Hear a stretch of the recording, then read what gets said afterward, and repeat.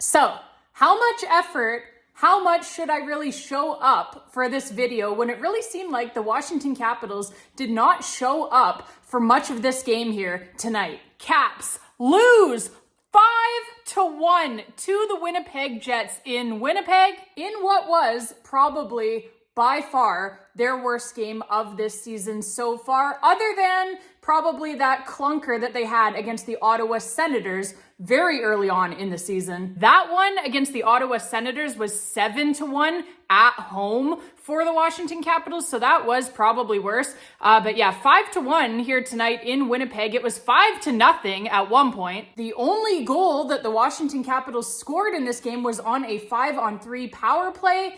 Yippee! Cookies for you, okay? Yeah, it was not a great performance all around here tonight by our Caps. Let's get into it, babes. So, the first period was really the period that absolutely stunk for the Washington Capitals here tonight. They did not have it at all in the first 20 minutes here tonight. Connor Hellebuyck, by the way, makes his return to the Winnipeg Jets lineup for this game after missing several weeks after a procedure on his knee. So this is his first game back, right? You would think that you would want to test this guy early. The Washington Capitals do not do that at all, generating just 3 shots on net through the game's first 20 minutes. And that was with the Washington Capitals having the only 2 power plays of the first period as well. They still get outshot by the Winnipeg Jets 13-3 in the first period. And they are down 2-0 after the game's first 20 minutes. Deservedly so. Like I said, they stunk in the first period of this hockey game. Goals here by Logan Stanley and Morgan Barron for the Jets in the first period make it 2-0 Winnipeg. Now, the second period wasn't any better, goals-wise at least, for the Washington Capitals. As the Winnipeg Jets, they would get goals in the second period from Alex Iafallo as well as Gabriel Vilardi to go up 4-0. But it was a better period by the Washington Capitals, at least in terms of the run of play. The Winnipeg Jets outshooting the Washington Capitals by just a 10-9 count in the second period. And that was with the Jets getting 2 of the 3 power plays in the second period. So not a bad period by the Washington Capitals, much better certainly than the first period. But the problem is that you were down 4-0 here now at the end of 40 minutes. So third period, it is Gabe Vilardi again to make it 5-0 for the Winnipeg Jets. And then the Caps, like I said, on a 5-on-3 power play, getting a goal here. Finally, Jakob Chychrun, his 12th goal of the season already for the Caps' fantastic blue liner through obviously just 32 games played by the Caps. 12 goals, just a massive number for a defenseman in this league at this point of the season. So good on Chicky. As we always have said, you know, for the entire time that he has been a Washington Capital, he has really done nothing but good things, great things here for this team. So good on him. Again, 12th goal of the season by Jakob Chychrun. That one is assisted by John Carlson and Alex Ovechkin. So 5-1, and that would be your final score. And not a lot really to hang your hat on here if you are a Washington Capitals player, right? Like, yeah, through the last 40 minutes, they played fine, I guess. The shots on goal were actually even through the final 40 minutes of this game. Winnipeg Jets, like I said, outshooting the Caps 10-9. In the second period, the Washington Capitals outshot the Winnipeg Jets 13-12 in the third period. So the last 40 minutes of this game was pretty even, at least on the shots on goal clock. But yeah, that first period, it just doomed you, right? The first 20 minutes of this game. Just a terrible, terrible, terrible period by the Washington Capitals. Outshot, like I said, 13-3. They had the only 2 power plays of the first period. Just an abysmal performance in that first period. And on the power play, really for the entire game, up until the point that they finally get that 5-on-3 goal. I'm not sure how much stock you can really put into that. It is a 5-on-3, not a 5-on-4, but still good to see a puck go in there at the end, at least to get the power play a little bit of confidence. Yeah, they sure are missing rookie Ryan Leonard on this power play. You recall that before he had been injured, he had been moved up to that first unit of the power play, and it was like night and day for this Washington Capitals power play when he was put onto that top unit, right? The power play had sucked all season long. They moved Ryan Leonard to the top unit, and all of a sudden it is clicking like crazy, and they are generating goals on that power play every single game since he was moved to that top unit. It just looked so much better, so much more dangerous. All of a sudden he gets injured, and now it sucks again. So yeah, 1 for 5 on the power play at the end of the night. But like I said, it's a 5-on-3 goal. It's right at the end of the game in a 5-0 game. It made no difference whatsoever to the outcome of this hockey game. Where you would have liked to see the power play get a goal was in that first period, right? When the game was 0-0.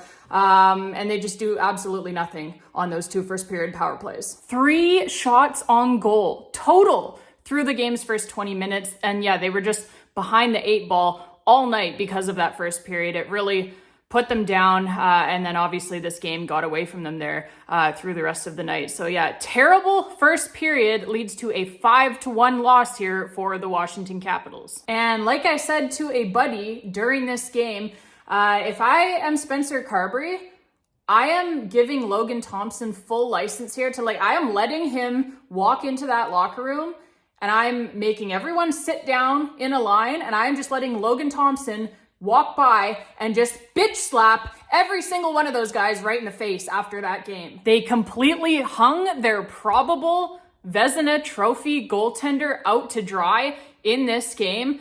It was awful to watch, honestly. And Spencer Carberry said after the game as well that he does not even evaluate Logan Thompson's performance in a game like this because the team that was playing in front of him was so fucking awful. All right, babes, that is going to be it for this one, mercifully here. And yeah, on a more positive note, at least the Caps get a couple of days off here to rest and recuperate. Let that one sink in before they play their next game on Tuesday in Minnesota.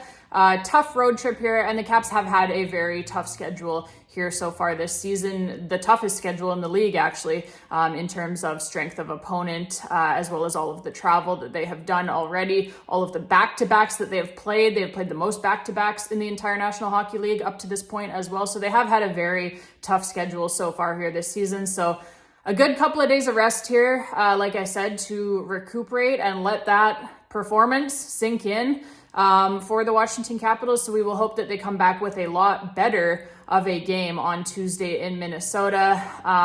They will be facing off for that game against the newly acquired by the Minnesota Wild, Quinn Hughes. And yeah, the Caps reportedly had some interest in Quinn Hughes. If you caught the last podcast episode that I had done for the podcast there, then you would have heard me talking about Quinn Hughes and the Caps' reported interest in him and why I thought and felt that maybe a deal of that nature was not the right move for the Washington Capitals. So ultimately, it doesn't happen. All reports now indicating that the Washington Capitals were not willing to pay such a steep price to acquire Quinn Hughes, which I do think at this point of where their organization is at here was ultimately the right move. I don't think that they should have been shipping out like all of these high-end prospects and young players that they have in order to go acquire one guy who has just 1.5 seasons now left on his contract and could have gone anywhere that he likes, New Jersey, at the end of that contract, right? So probably the right move for the Washington Capitals. And yeah, if you didn't catch the latest podcast episode there, go give that a listen as well. I'm sure that you would enjoy it if you are a Washington Capitals fan. And yeah, as far as Tuesday's game in Minnesota, like I said, we hope to see a much better performance out of our Washington Capitals. I will be late to watching that one. As for those of you who don't know, I actually was able to acquire and get myself season tickets this season for PWHL, Vancouver Golden Knights, in their inaugural season, their first season here in Vancouver for the PWHL team. So I was able to get season tickets for that, which is awesome. And they play on Tuesday here in Vancouver as well. So I will be going to that game in person. So I will be PVRing the Washington Capitals game. I will watch that one when I get home. So yeah, I will be a bit late to watching the Caps versus the Wild. But even if I am late, I will still be here on the YouTube channel with your post-game reaction video, even if it is a little bit late. So have patience with me, babes. I will be at the Vancouver Golden Knights game. But yeah, as always, I will be here for you with a post-game reaction video as soon as possible. So babes, Thank you all so much for watching, as always. Really appreciate you fine folks, tuning into this channel even after an ugly loss like that. I know that sometimes, like, when you have a loss like that, it's really the last thing that you want to do is listen to more content about how much the team stunk that night, right? So I really do appreciate all of you still tuning in here and giving these videos your watch time, right?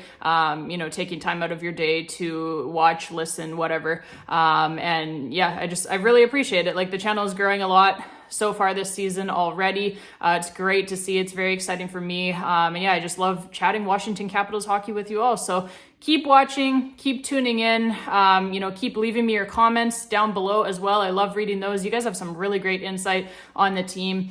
Always love reading those comments because Caps fans, I think everyone would say they're an intelligent bunch. They are, in tune with what is going on with this team. And so it's always really great to get everyone's opinions, which we love to do here on this channel. So yeah, keep them coming. Keep those comments coming down below. Always love reading those. And again, babes, thank you all so much for being here. Until next time. And as always, let's go Caps.